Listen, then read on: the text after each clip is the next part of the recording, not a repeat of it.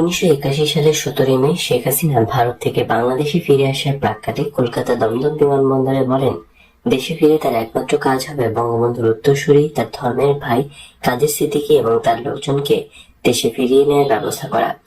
কিন্তু দেশে ফিরে এসে শেখ হাসিনা তার ধর্মের ভাই শেখ মুজিবের উত্তরসূরি কাদের সিদ্দিকীকে ফিরিয়ে আনার কোনো কার্যকর ব্যবস্থা না নিলে বঙ্গবীর কাদের সিদ্দিকীর সহধর্মিণী নাসরিন সিদ্দিকী বঙ্গবীর কাদের সিদ্দিকী বীর উত্তম স্বদেশ প্রত্যাবর্তন সংগ্রাম পরিষদ নামে নতুন একটি সংগঠন করে অত্যন্ত যোগ্যতা এবং দক্ষতার সাথে বাংলাদেশের আনাচে কানাচে ঝটিকা সফরে করে কাদের সিদ্দিকীকে দেশে ফিরিয়ে আনার পক্ষে ব্যাপক জনমত সৃষ্টি করলে শেখ হাসিনা এটাকে ভালো দৃষ্টিতে না দেখে চ্যালেঞ্জ হিসেবে মনে করেন এবং নাসরিন সিদ্দিকী ও এই সংগঠনটিকে কুদৃষ্টিতে দেখতে থাকেন।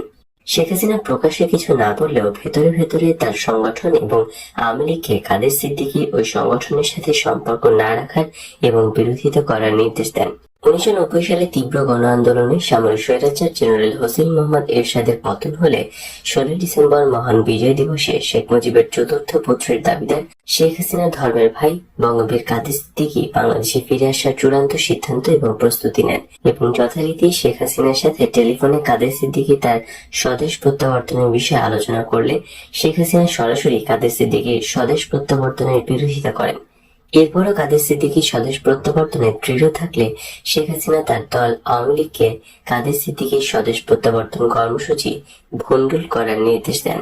16 ডিসেম্বর মহান বিজয় দিবসে বঙ্গবীর কাদের সিদ্দিকী বীর উত্তম স্বদেশ প্রত্যাবর্তন করলে জিয়া আন্তর্জাতিক বিমানবন্দরের লক্ষ লক্ষ মানুষ তাকে সংবর্ধনা দিলেও শেখ হাসিনা সহ আওয়ামী লীগের কোনো নেতাকর্মী ওই সংবর্ধনায় যোগদান করেননি এবং এখান থেকে শেখ মুজিবের চতুর্থ পুত্রের দাবিদার শেখ হাসিনার ধর্মের ভাই কাদের সিদ্দিকীর সাথে শেখ হাসিনার প্রকাশ্য বিরোধ শুরু হয়। এরপর থেকে শেখ হাসিনা তার ধর্মের ভাই কাদের সিদ্দিকীকে এক মুহূর্ত সহ্য করতে পারতেন না। শেখ হাসিনা প্রকাশ্যেই বলতেন, আমি আছি বলেই কাদের সিদ্দিকী আছে, আমি না থাকলে কাদের সিদ্দিকীও থাকবে না। কাদের সিদ্দিকীর অবস্থা হবে ভারতের প্রয়াত প্রধানমন্ত্রী ইন্দিরা গান্ধীর পুত্র সঞ্জয় গান্ধীর স্ত্রী মেনকা গান্ধীর মতো। যতক্ষণ ইন্দিরা গান্ধী ছিল মেনকা গান্ধীও ততক্ষণ ছিল, এখন ইন্দিরা গান্ধীও নাই আর মেনকা গান্ধীরও খবর নাই। আমি না থাকলে কাদের সিদ্দিকীরও ওই অবস্থা হবে, কোনো খবর থাকবে না। আর কাদের সিদ্দিকীও মাশাআল্লাহ কখনোই শেখ হাসিনাকে নেত্রী বলে মানলেন না, স্বীকার করলেন না। কাদের সিদ্দিকীর এই একই কথা, আমি শেখ হাসিনার ধর্মের ভাই, আমি শেখ মুজিবের রাজনৈতিক উত্তরসূরি। নানাবিধ কারণে, বিশেষত কৌশলগত কারণে শেখ হাসিনা কাদের সিদ্দিকীকে আওয়ামী লীগে রাখেন, আওয়ামী লীগের এমপি বানান। কাদের সিদ্দিকীও একই কারণে আওয়ামী লীগে থাকেন, আওয়ামী লীগের এমপি হন। শেখ হাসিনার ভাবনা হলো কাদের সিদ্দিকীকে আওয়ামী লীগ থেকে বের করে দিলে আওয়ামী লীগের কিছু ক্ষতি হতে পারে। তাছাড়া কাদের সিদ্দিকী প্রকাশ্যে সরাসরি উঠে পড়ে তার নেতৃত্বের বিরোধিতায় লিপ্ত হতে পারে।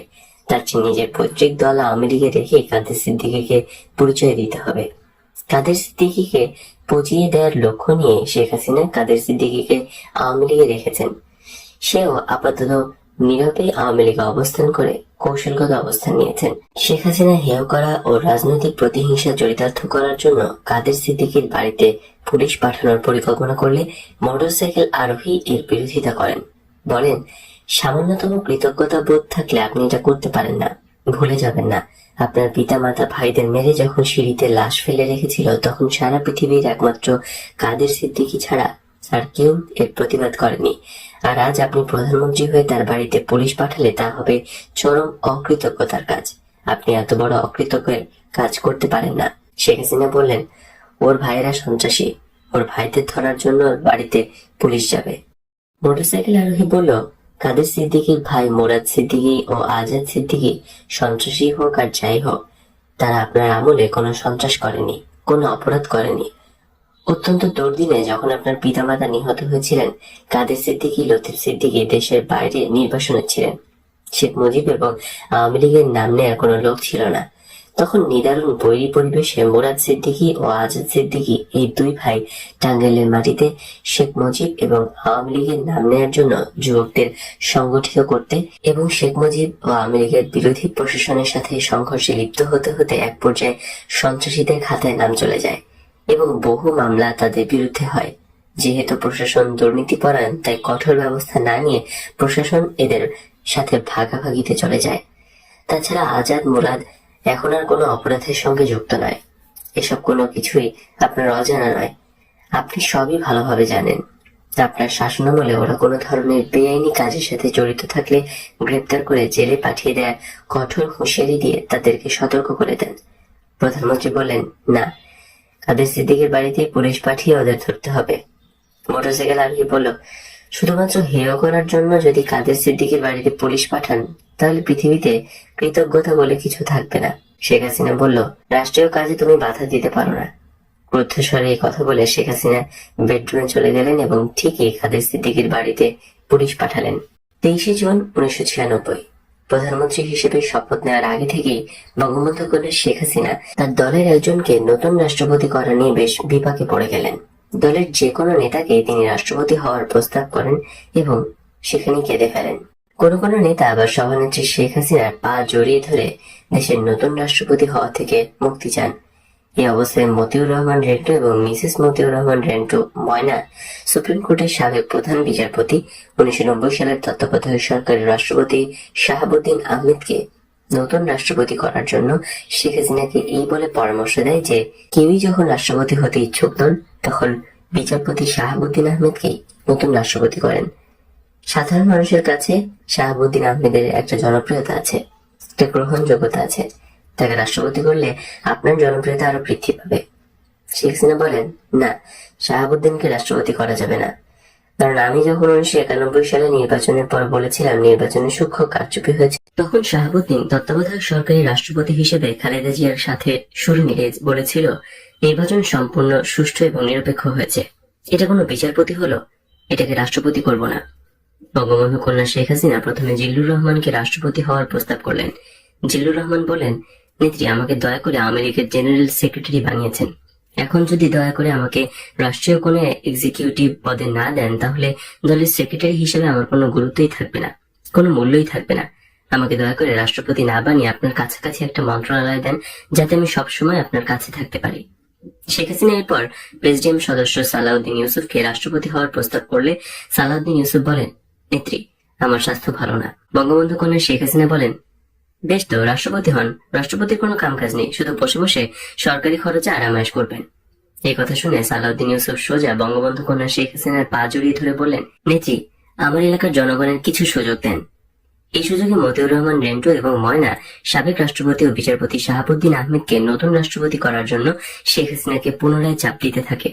শেখ হাসিনা এরপর প্রেসিডিয়াম সদস্য বর্তমান পররাষ্ট্রমন্ত্রী আব্দুস সামাদ আজাদকে রাষ্ট্রপতি হওয়ার প্রস্তাব করলে আব্দুস সামাদ আজাদ বলেন, নেত্রী, আমাকে রহম করেন, দয়া করে আমাকে শেষ বয়সে বাতিল করবেন না। আমি বঙ্গবন্ধুর ফরেন মিনিস্টার ছিলাম, আমাকে কাজ করার সুযোগ দেন, আমি দেখিয়ে দেব বঙ্গবন্ধুর মন্ত্রীদের কত যোগ্যতা ছিল। শেখ হাসিনা রাষ্ট্রপতি করার জন্য কাউকেই খুঁজে পাচ্ছেন না, অর্থাৎ যাকেই রাষ্ট্রপতি করতে চান তিনি মাফ চেয়ে পালিয়ে যান। এমন সময় এসে উপস্থিত হলেন 1991 সালের আওয়ামী লীগের রাষ্ট্রপতি প্রার্থী, বর্তমানে ধানমন্ডি মোহাম্মদপুরের আওয়ামী লীগ এমপি হাজী মকবুল হোসেন। হাজী মকবুল হোসেন এমপির বক্তব্য হলো, আমি 1991 সালে আওয়ামী লীগের রাষ্ট্রপতি প্রার্থী ছিলাম, আপনি আমাকে রাষ্ট্রপতি প্রার্থী করেছিলেন। এখন কেউ রাষ্ট্রপতি হতে চাচ্ছে না যখন, তখন আমাকেই রাষ্ট্রপতি করেন, নইলে মন্ত্রী করেন, কিছু একটা করেন। শেখ হাসিনা বললেন, না, আপনাকে কিছুই করা হবে না। মনে নেই 1991 আমার বিরুদ্ধাচরণ করেছিলেন, আমার সম্পর্কে নানা কথা প্রকাশ করেছিলেন। আপনাকে কিছুই করা হবে না, এমপি করেছি, এরই যথেষ্ট।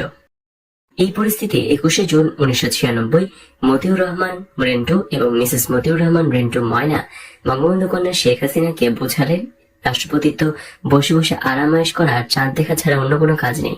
রাষ্ট্রপতির হাতে কোনো নির্বাহী ক্ষমতা নেই। মন্ত্রিশাসিত সরকারি রাষ্ট্রপতি হলো নাচের পুতুল, যেভাবে আপনি নাচাবেন সেভাবে রাষ্ট্রপতিকে নাচতে হবে। এই সুযোগ আপনি হাতছাড়া করবেন কেন? সাবেক রাষ্ট্রপতি বিচারপতি শাহাবুদ্দিন আহমেদকে নতুন রাষ্ট্রপতি বানিয়ে আরেকটা বাহবা কেন নেবেন না? বাহবা না নেওয়ার সুযোগ চলে গেলে আর কিন্তু বাহবা নিতে পারবেন না। শেখ হাসিনা তখন বললেন, ঠিক আছে, তাহলে শাহাবুদ্দিনকেই রাষ্ট্রপতি করি। শেখ হাসিনা 23শে জুন প্রধানমন্ত্রী হিসেবে শপথ নিয়ে বঙ্গভবন থেকে প্রধানমন্ত্রী হিসেবে সাবেক রাষ্ট্রপতি বিচারপতি শাহাবুদ্দিন আহমেদের বাসায় গিয়ে তাকে নতুন রাষ্ট্রপতি হওয়ার প্রস্তাব করেন এবং রাষ্ট্রপতি আব্দুর রহমান বিশ্বাসের মেয়াদ শেষ হওয়ার পর সাবেক রাষ্ট্রপতি বিচারপতি শাহাবুদ্দিন আহমেদকে নতুন রাষ্ট্রপতি নির্বাচিত করেন। 1996 সালের নভেম্বর মাসের প্রথম সপ্তাহের এক বিকেলে শেখ হাসিনার সরকারি বাসভবনের নিচতলার পূর্ব দিকের 2 নং ড্রয়িং রুমে প্রধানমন্ত্রী এবং তার আত্মীয় স্বজন মিলে গল্পগুজব করছেন। শেখ রেহানা এবং তার স্বামী শফিক সিদ্দিকী, চাচাতো বোন লোনা, মিনা এরা সবাই পুলিশের সাব ইন্সপেক্টর পদে চাকরি দেওয়ার অভিযোগে সাবেক প্রধানমন্ত্রী বেগম খালেদা জিয়ার বিরুদ্ধে মামলা দেওয়ার জন্য শেখ হাসিনাকে সলা পরামর্শ দেয়। অর্থাৎ 1991 সালে ক্ষমতায় এসে বেগম খালেদা জিয়া এবং তার স্বরাষ্ট্রমন্ত্রী আব্দুল মতিন চৌধুরী নাকি তাদের পছন্দ মতো 745 জনকে বাংলাদেশ পুলিশ বাহিনীতে সাব ইন্সপেক্টর পদে চাকরি দিয়েছে। আর এই অভিযোগে বেগম জিয়া এবং মতিন চৌধুরীর বিরুদ্ধে স্বজনপ্রীতি ও দুর্নীতির মামলা দায়ের করতে দুর্নীতি দমন ব্যুরোকে নির্দেশ দেওয়ার জন্য প্রধানমন্ত্রী শেখ হাসিনাকে উল্লেখিত আত্মীয় স্বজনের পিড়াপিড়ি করতে থাকলে মতিউর রহমান রেন্টু এবং মিসেস মতিউর রহমান রেন্টু ময়না প্রধানমন্ত্রী শেখ হাসিনা সহ তার আত্মীয়দের বুঝিয়ে বলেন যে সাবেক প্রধানমন্ত্রী বেগম খালেদা জিয়াদের না খুঁচিয়ে বরং তাদের মাথায় হাত বুলিয়ে চেষ্টা করে দেখতে পারেন দেশের উন্নতি করতে পারেন কিনা। যদি একবার কোনো মতে দেশ গঠন করতে পারবেন তাহলে দেখবেন শুধু আপনাকেই না, আপনার নাতিপতিকেই এদেশের মানুষ মাথায় করে রাখবে। বিএনপি এবং বেগম খালেদা জিয়াকে হোস্টেল করে আপনি দেশ গড়তে পারবেন না।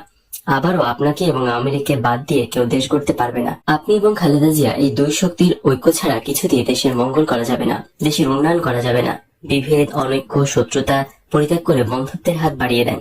বেগম জিয়া আপনার আগের প্রধানমন্ত্রী, তাকে বড় বোনটিকে বুকে টেনে নিয়ে দেশের উন্নয়নের চেষ্টা করেন, তাতে আপনারই লাভ হবে বেশি। মামলা করলে আপনার ক্ষতি হবে, দেশের ক্ষতি হবে। শেখ হাসিনা বললেন, তুমি জানো না, খালেদা জিয়া ছাত্রদল আর যুবদলের লোকদের পুলিশে চাকরি দিয়েছে। মতিউর রহমান রেন্টু বলল, এটা আংশিক সত্য, আসল সত্য হলো টাকা দিয়ে এরা পুলিশে চাকরি নিয়েছে। তারপর যদি ধরে নেই চাকরি পাওয়া সকলেই ছাত্রদল যুবদলের লোক, তবু এরা তো দেশেরই মানুষ। বেগম জিয়া 745 জনকে চাকরি দিয়েছে, সেই পথ ধরে আপনি ছাত্রলীগ যুবলীগের 7,000 জনকে চাকরি দেন, কিন্তু মামলা করবেন না।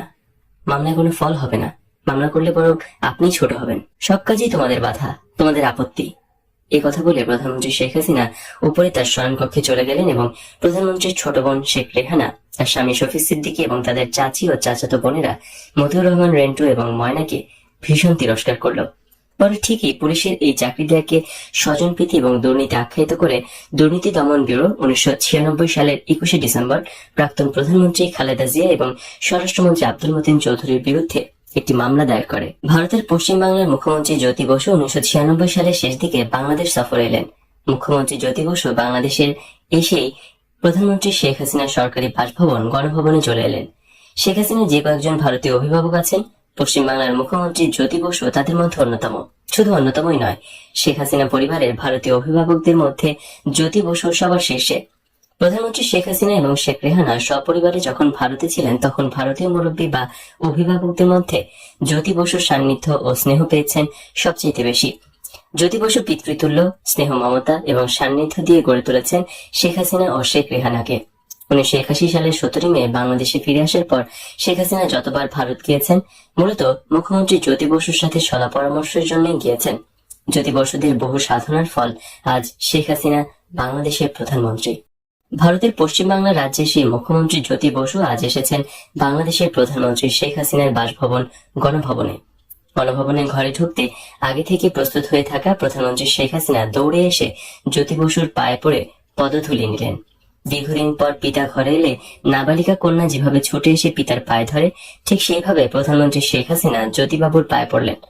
অতঃপর দোতলার খাস কামরায় নিয়ে বসালেন এবং আগে থেকে তৈরি করে রাখা নানা ধরনের খাবার প্রধানমন্ত্রী শেখ হাসিনা নিজেই পরিবেশন করে জ্যোতি কাকাকে খাওয়াতে লাগলেন। জ্যোতি কাকা খেতে খেতে পারিবারিক, রাজনৈতিক এবং ভারত বাংলাদেশের দ্বিপাক্ষিক বিষয়ে কথা বলতে থাকলেন।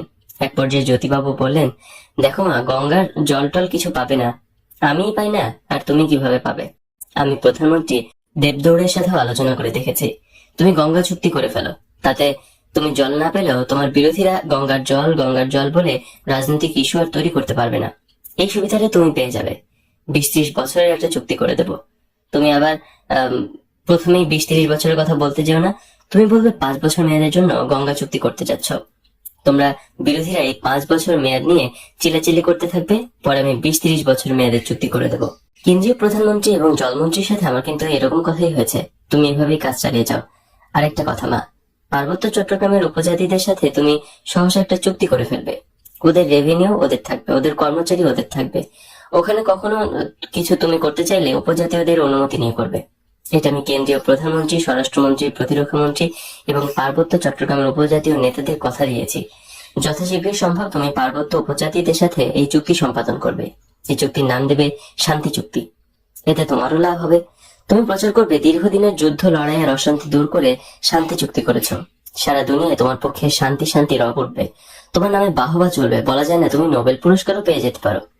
শেখ হাসিনা সুবোধ বালিকার মতো শুধু জি কাকা বলতে লাগলেন।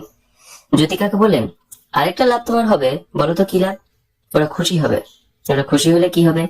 পার্বত্য চট্টগ্রামের পার্লামেন্টের 3টি আসন স্থায়ীভাবে তুমি পাবে, যেমন গোপালগঞ্জের 3টা আসন পাও। আর ভারতকে করিডোর দেয়া, ট্রানজিট দেয়া, নৌবন্দর দেয়া, এগুলো তো তোমার পিতার সাথে আমাদের পাকা কথা হয়েছিল। তো তুমি যখন এখন আর এইসব সুবিধাজনক সময় আমাদেরকে এগুলো দিয়ে দাও। বেশি দেরি করলে অসুবিধা হতে পারে। বেশি দেরি করো না। বেশি দেরি করলে আবার দিল্লির দিকে ভুল বোঝাবুঝি হতে পারে, বুঝলে? পশ্চিমবাংলার রাজ্যের মুখ্যমন্ত্রী জ্যোতিবাবু কাজ শেষ করে চলে গেলেন।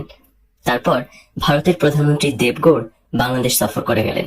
বাংলাদেশের প্রধানমন্ত্রী শেখ হাসিনা দিল্লি সফরে গেলেন এবং পশ্চিমবাংলার মুখ্যমন্ত্রী জ্যোতি কাকার সাজানো 30 বছরের মেয়াদের পানিবিহীন গঙ্গা চুক্তি করে এলেন। এরপরই প্রধানমন্ত্রী শেখ হাসিনা তার ফুফাতো ভাই মহান জাতীয় সংসদের বকলম চিফ হুইপ মাতাল আবুল হাসনাত আব্দুল্লাহকে প্রধান করে পার্বত্য চট্টগ্রাম বিষয়ক কমিটি গঠন করলেন এবং জ্যোতিবাবুর নীল নকশা অনুযায়ী রাজস্ববিহীন, রাজকর্মচারীবিহীন এবং রাজকর্তৃত্ববিহীন পার্বত্য চট্টগ্রাম শান্তি চুক্তি করলেন। এই শান্তি চুক্তি অনুযায়ী গণপ্রজাতন্ত্রী বাংলাদেশ সরকার পার্বত্য চট্টগ্রামের কোনো খাজনা ট্যাক্স পাবে না এবং ওই অঞ্চলের খাজনা ট্যাক্স উপজাতিরাই সংগ্রহ করবে এবং খরচ করবে। পার্বত্য চট্টগ্রামের স্থানীয় কোনো কর্মচারী গণপ্রজাতন্ত্রী বাংলাদেশ সরকারের কর্মচারী হবে না। উপজাতিরাই উপজাতীয়দের মধ্যে থেকে ওই সকল কর্মচারীদের নিয়োগ দেবে, পদোন্নতি দেবে এবং বরখাস্ত করবে। এবং সবশেষে পার্বত্য চট্টগ্রামের জলাশয়, ভূমি, বন ইত্যাদি যা কিছু আছে, উপজাতীয়রা যদি অনুমতি না দেয় তাহলে গণপ্রজাতন্ত্রী বাংলাদেশ সরকার অধিগ্রহণ বা একোয়ার করতে পারবে না। 1996 সালের রমজান মাস, প্রধানমন্ত্রী শেখ হাসিনা সরকারি বাসভবন গণভবনে দেশের মান্যবর ব্যক্তি, সরকারি কর্মকর্তা, রাজনীতিবিদ, বিদেশি দূতাবাসের লোকজনদের ইফতার পার্টি। গণভবনের ভেতরে বিশাল মাঠে বিশাল প্যান্ডেল, বিশাল আয়োজন। অধিকাংশ অতিথি এসে গেছেন। এমন সময় ডক্টর কামাল হোসেন তার 2-3 জন সাথী নিয়ে পশ্চিম দিক থেকে প্যান্ডেলের দিকে এগিয়ে আসছেন। প্যান্ডেলের পূর্ব দিকে শেষ প্রান্তে বসে থাকা প্রধানমন্ত্রী শেখ হাসিনা এটা দেখা মাত্র চিৎকার করে ডক্টর কামাল হোসেনের দিকে হাত উঠিয়ে বলেন, ওই যে ঘর ভাঙা আসছে, ঘর ভাঙা আসছে। এই ঘর ভাঙাকে দূরে বসা। ঘর ভাঙা যেন আমার কাছে আসতে না পারে। ঘর ভাঙাকে দূরে বসা। এপিএস বাহাউদ্দিন নাসিম ডক্টর কামাল হোসেনকে প্যান্ডেলের পশ্চিম পাশের এক কোণে একটি টেবিলে নিয়ে বসালেন। শেখ হাসিনা ঘুরে ঘুরে ইফতার পার্টিতে আগত অতিথিদের খোঁজ খবর নিচ্ছেন, সৌজন্য বিনিময় করছেন, কিন্তু ডক্টর কামাল হোসেনের দিকে গেলেন না। প্যান্ডেলের এক টেবিলে অন্যান্য স্টাফদের সাথে মাথা নিচু করে বসে আছেন প্রধানমন্ত্রীর মুখ্য সচিব ডক্টর মহিউদ্দিন খান আলমগীর। প্রধানমন্ত্রী শেখ হাসিনা যখন এদিকে এলেন, ডক্টর মহিউদ্দিন খান আলমগীর খাওয়া ছেড়ে চেয়ার থেকে উঠে দাঁড়িয়ে পড়লেন এবং এমন ভাবে প্রধানমন্ত্রী শেখ হাসিনাকে সালাম দিলেন যে এটা সালাম না পায়ে হাত দিয়ে কদম বসি, একেবারে ধারের কাছে লোক ছাড়া অন্য কেউ তা বুঝতে পারল না।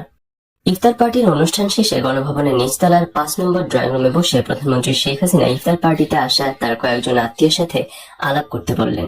ডক্টর মহিউদ্দিন খান আলমগীরকে মন্ত্রী বানাতে হবে এবং মোটরসাইকেল আরোহী সেক্ষেত্রে বলল, মহিউদ্দিন খান আলমগীরকে মন্ত্রী বানাবেন কি জন্য? শেখ হাসিনা বললেন, আমার ক্ষমতা আসার পেছনে মহিউদ্দিন খান আলমগীরের অনেক অবদান রয়েছে। মোটরসাইকেল আরোহী বলল, ডক্টর মহিউদ্দিন খান আলমগীর রাজদ্রোহী। মাত্র কিছুদিন আগে সরকারের একজন কর্মকর্তা হয়েও মহিউদ্দিন খান আলমগীর সরকারের বিরুদ্ধে বিদ্রোহ করেছে। তাকে মন্ত্রী করলে তো তার সরকারের বিরুদ্ধে বিদ্রোহের পুরস্কার হিসেবে পরিগণিত হবে এবং এটা সরকারের বিরুদ্ধে বিদ্রোহের পুরস্কারের উদাহরণ হয়ে থাকবে। আপনার সরকারের অনেক সরকারি কর্মকর্তা আছে যারা আপনাকে পছন্দ করেন না। সরকারের বিরুদ্ধে বিদ্রোহের পুরস্কারেরই উদাহরণ হয়ে থাকলে সুযোগ পেলে তারাও আপনার সরকারের সাথে বিদ্রোহ করবে। মহিউদ্দিন খান আলমগীরকে মন্ত্রী করার আগে এই বিষয়টি খেয়াল রাখতে হবে। আপনি যদি সত্যি মনে করেন আপনার ক্ষমতায় আসার পেছনে মহিউদ্দিন খান আলমগীরের অবদান আছে, তাহলে আপনি তাকে পুরস্কৃত করবেন। তাহলে আগে তাকে চাকরি থেকে অবসর দিয়ে আপনার উপদেষ্টা করবেন। সরাসরি মন্ত্রী না করে মন্ত্রীর মর্যাদা দেন, আওয়ামী লীগের প্রেসিডিয়াম মেম্বার বানান, পরের টার্মে মন্ত্রী করেন। শেখ হাসিনা বলেন, আচ্ছা রেন্টু, তুমি কি আমার সরকারি কাজে কর্মে বাধা দিতেই থাকবা না আমাকে কাজ করতে দিবা? আমি বললাম, না নেত্রী, আমি আপনাকে বাধা দিতে কেন যাব? উনি বললেন, তাহলে তুমি এত কথা বলছো কেন? আমি বললাম, আপনি বললেন তাই বললাম। শেখ হাসিনা আমাকে বলল, এখানে তো আরো অনেকেই আছে, কই কেউ তো তোমার মতো বাধা দিচ্ছে না, তুমি এত কথা বলছো কেন? আমি বললাম, আগে থেকেই বলে এসেছি, পুরোনো অভ্যাস, তাই বলি। শেখ হাসিনা বললেন, আগে বলেছ তখন আমি শেখ হাসিনা ছিলাম, এখন আমি প্রধানমন্ত্রী। আমি বললাম, যতদিন আমি আপনার সাথে আছি ভালো মন্দ বলে যাব, শোনা না শোনা, করা না করা আপনার ব্যাপার। শেখ হাসিনা আমাকে বললেন, এখনো প্রধানমন্ত্রীর ক্ষমতা তো দেখো নাই, দেখবা। এই কথা বলে শেখ হাসিনা দোতলায় চলে গেলেন। সরকারদ্রোহী ডক্টর মহিউদ্দিন খান আলমগীর মন্ত্রী হলেন।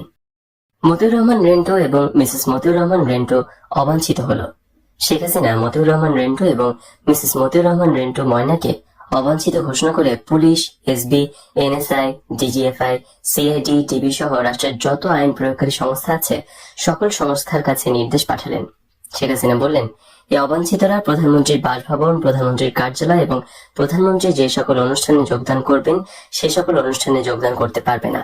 এরা যাতে প্রধানমন্ত্রীর বাসভবন, কার্যালয় এবং অনুষ্ঠানে যোগদান করতে না পারে সেদিকে সতর্ক দৃষ্টি রাখার নির্দেশ দেওয়া হলো এবং এই অবাঞ্ছিত ঘোষণাপত্র পত্রিকায় প্রকাশ করা হলো। এক শুক্রবার সকালে অর্থমন্ত্রী কিবরিয়ার পিএস ডক্টর পারভেজ প্রধানমন্ত্রীর বাসভবন গণভবনে এসে 10 টাকায় শেখ মুজিবের ছবির লেআউট ডিজাইনের খসড়া প্রধানমন্ত্রী শেখ হাসিনাকে দেখান। নতুন এই 10 টাকার লেআউট ডিজাইনের খসড়া শেখ হাসিনা মৌখিকভাবে অনুমোদন করে দিলে তবেই তা ছেপে নতুন 10 টাকার নোট হিসেবে বাজারে ছাড়া হবে। এই 10 টাকার খসড়া লেআউট ডিজাইনের উপরে ছিল আল্লাহর ঘর, মসজিদের ছবি এবং পেছনে ছিল শেখ হাসিনার পিতা শেখ মুজিবের ছবি। প্রধানমন্ত্রী শেখ হাসিনার লেআউট ডিজাইনের খসড়াটি দেখে অর্থমন্ত্রী পিএস ডক্টর পারভেজকে ক্ষিপ্ত হয়ে বলে উঠলেন, এ কি, জাতির পিতার ছবি পেছনে কেন? অর্থমন্ত্রী পিএস ডক্টর পারভেজ কিছুটা অপ্রস্তুত হয়ে বলেন, বাজারে চালু বর্তমান 10 টাকার নোটের উপরে মসজিদের ছবি আছে। ধর্মীয় অনুভূতির কথা বিবেচনা করে উপরে মসজিদের ছবিটা ঠিক রেখে পেছনে জাতির পিতার ছবি দেওয়া হয়েছে। শেখ হাসিনা রাগান্বিত কণ্ঠে বললেন, ওসব মসজিদ টসজিদ বুঝি না। জাতির পিতার ছবি উপরে দিয়ে নতুন 10 টাকার নোট ছেপে বাজারে ছাড়বেন। আমার বাবা যে জাতির পিতা এটা শয়তানের জাতকে গেলাতে হবে। এরপর অন্য আরেকদিন ডক্টর পারভেজ শেখ মুজিবের ছবি উপরে এবং মসজিদের ছবি পেছনে দিয়ে করা লেআউট ডিজাইন নিয়ে এলে শেখ হাসিনা তা দেখেন এবং খুশি হন এবং মৌখিক অনুমোদন করে দেন। বর্তমান বাজারে শেখ মুজিবের ছবি সম্বলিত যে নতুন 10 টাকার নোট রয়েছে এটাই সেটা। শুধু লাশ চাই, লাশ, মানুষের লাশ। 1990 সালের সামরিক স্বৈরাচার নিপাত করে গণতন্ত্র মুক্ত করতে দেশের বহু লোককে জীবন দিতে হচ্ছে। শহীদ নূর হোসেনের রক্তে ভেজা স্বৈরাচার নিপাত যাক গণতন্ত্র মুক্তি পাক আন্দোলনে সামরিক স্বৈরাচার জেনারেল হুসেইন মোহাম্মদ এরশাদের পুলিশ, বিডিআর এবং সেনাবাহিনীর গুলিতে রাজধানী ঢাকা সহ এদেশের অনেক তাজা প্রাণ নিহত হয়েছে। কিন্তু 1990 সালে এরশাদ পতনের পর বিচারপতি শাহাবুদ্দিন আহমেদের নির্দলীয় নিরপেক্ষ সরকারের অধীনে পরিচালিত 91 সালের নির্বাচনে গণতান্ত্রিকভাবে নির্বাচিত বেগম খালেদা জিয়ার সরকারের পতন আন্দোলনে রাজধানী ঢাকা শহরে পুলিশ, বিডিআর এবং সেনাবাহিনীর গুলিতে একজন লোকও নিহত হয় নাই।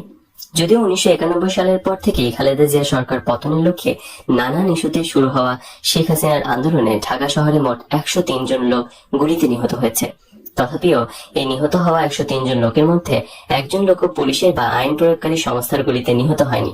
1991 সালের নির্বাচনে জনগণের ভোটে বিজয়ী হয়ে খালেদা জিয়া ক্ষমতায় আসার পর থেকে বঙ্গবন্ধু কন্যা শেখ হাসিনা খালেদা জিয়াকে ক্ষমতাচ্যুত করার জন্য মরিয়া হয়ে ওঠেন। কখনো ভ্যাট প্রত্যাহারের আন্দোলন, কখনো সচিবালয় ঘেরাও, কখনো সংসদ ভবন ঘেরাও, কখনো নির্বাচন কমিশন ঘেরাও, কখনো বাজেট বাতিলের দাবি, কখনো প্রধানমন্ত্রীর কার্যালয়ে ঘেরাও ইত্যাদি নানা ইস্যুতে 1992 সাল থেকে শুরু হওয়া এবং 1996 সালের 26শে মার্চ স্বাধীনতা দিবসে তত্ত্বাবধায়ক সরকার বিল পাশ করা পর্যন্ত শেখ হাসিনার সকল আন্দোলন, সংগ্রাম এবং হরতালের প্রায় প্রতিটি কর্মসূচিতে 2, 3, 4 জন করে মানুষ গুলিতে নিহত হয়েছে। এই নিহত হওয়া মানুষেরাই কেউ পুলিশ, বিডিআর বা কেউ সেনাবাহিনীর গুলিতে নিহত হয়নি। আবার এই নিহত হওয়া 103 জনের সকলেই নাম, গোত্রহীন, পরিচয়হীন, অজ্ঞাতনামা ব্যক্তি। বঙ্গবন্ধু কন্যা শেখ হাসিনা পরিচালিত খালেদা জিয়া সরকার পতন আন্দোলনে আওয়ামী লীগের পরিচয় বহনকারী একজন কর্মীও নিহত হয়নি। বঙ্গবন্ধু কন্যা শেখ হাসিনা নিহত হওয়া ব্যক্তিদের তার দল আওয়ামী লীগের কর্মী বলে দাবি করলেও নিহতদের নাম পরিচয় খুঁজে পাননি এবং খালেদা জিয়া সরকার বলেছে নিহতরা নিরীহ পথচারী। আন্দোলনের সময় গুলিতে নিহত হতভাগা ব্যক্তিরা নিরীহ পথচারী না রাজনৈতিক কর্মী সেটা মুখ্য বিষয় না। মুখ্য বিষয় হলো গুলিতে নিহত ব্যক্তিরা পুলিশের গুলিতে নিহত হলো না, বিডিআর এর গুলিতে নিহত হলো না, নিহত হলো না সেনাবাহিনীর গুলিতে। তবে কাদের গুলিতে 92 থেকে 96 পর্যন্ত কেবল ঢাকা শহরে 103 জন মানুষ নিহত হলো। হোক না নিহতরা অজ্ঞাত পরিচয়, তবুও নিহত হতভাগারা তো এদেশেরই মানুষ ছিল। কারা তাদের নির্বিচারে গুলি করে হত্যা করলো? হত্যাকারীরা কারা, কি তাদের পরিচয়? কারা হত্যাকারীদের মানুষ খুন করার জন্য মদত দিল? কারা হত্যার আয়োজন করলো? কারা কার স্বার্থে এতগুলো মানুষ খুন করলো? বঙ্গবন্ধু কন্যা শেখ হাসিনার ভাষায় নিহতরা পুলিশের গুলিতে নিহত না হলেও খালেদা জিয়ার বিএনপি সন্ত্রাসীরা নিহতদের গুলি করে খুন করেছে। প্রতিটি আন্দোলন, হরতাল, ঘেরাও কর্মসূচিতে এভাবে নিরীহ পথচারী মানুষ শেখ হাসিনার ভাষায় বিএনপি সন্ত্রাসীদের গুলিতে নিহত হতে লাগলো।